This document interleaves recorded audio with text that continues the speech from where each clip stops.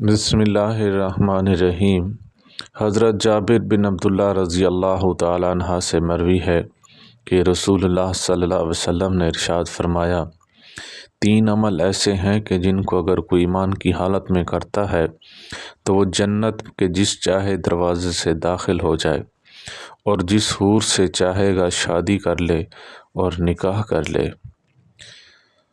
سب سے پہلا عمل، جو اپنے قاتل کو معاف کر دے، جو خفیہ طور پر کسی کا قرض ادا کر دے، اور جو ہر فرض نماز کے بعد 10 مرتبہ سورۃ اخلاص یعنی قل هو اللہ احد پڑھے۔